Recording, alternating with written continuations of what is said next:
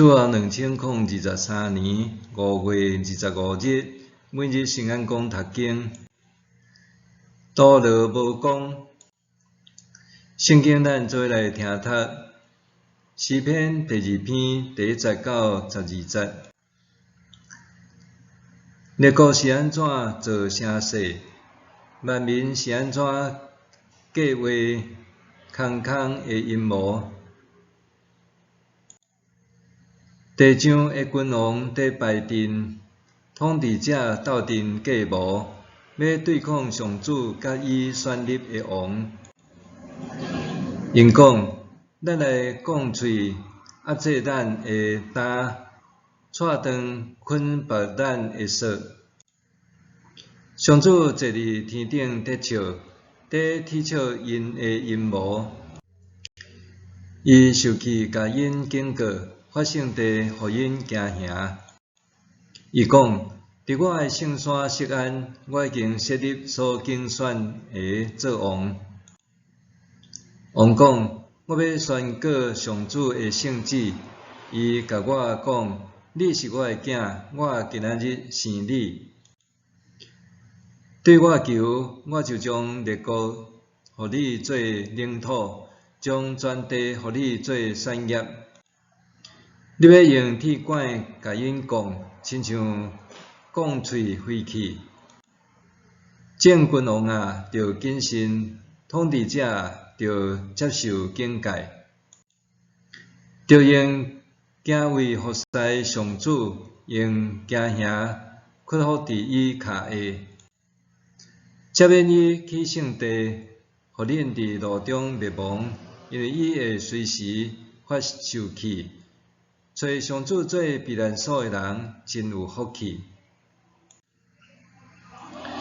道路无讲，伫诗篇第2篇第1节，诗人讲：列国是安怎在做声势？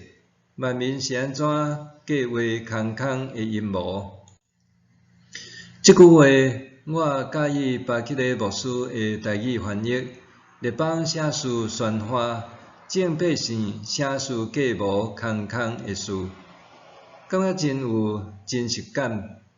对照近年来世界的局势，拄亲像诗人所讲，是为着虚幻之事宣发。2019年年底新冠肺炎爆发，世界各国对疫情的蔓延有无共款反应和对策。有的国家防疫政策宽松，有的国家极度严谨，有的人民严守防疫的规定，有的人民宁可染疫也毋愿滴喙安注疫苗，甚至为着安尼行街头抗议。全球各国各自营运。人人一支鼓吹，各自分各自的调。世局变化无常，病毒的威胁差不多互规个世界进入休眠。伫不得不暂停的期间，咱煞发现空气污染无去啦，河川的鱼虾倒转来啊！原本上帝创造的美好，搁重新出现咯。毋知影人是毋是会因为着安尼着反省家己的错误？除了武汉肺炎瘟疫，人类也面对战争的冲击。2022年初，美国就发出警告，俄罗斯恐惊会入侵乌克兰。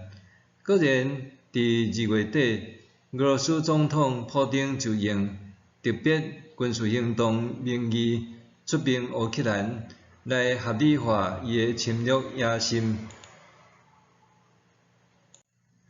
这场战争拍1年外落来，若造成真侪宝贵性命伤亡，美丽家园破碎，搁破坏世界的和平。这场战争也互欧美国家觉醒，若关注俄战争的发展，搁注意到中国企图用武力侵略台湾的野心。人常常掠做家己袂犯相款的错误，还是认为通侥幸逃脱做错代志的后果，也因为毋愿用历史做勇敢者，最后总是会中道覆铁受尾。诗篇第2篇是一首丰实的歌，主要是用伫新王登基加冕的时阵吟唱的。新王登基，政权还未稳固，初期难免政局未稳定。这时阵，列国虎视眈眈，在所难免。诗人勉励君王，若要维持国家安定，的确着爱用敬畏服侍上主。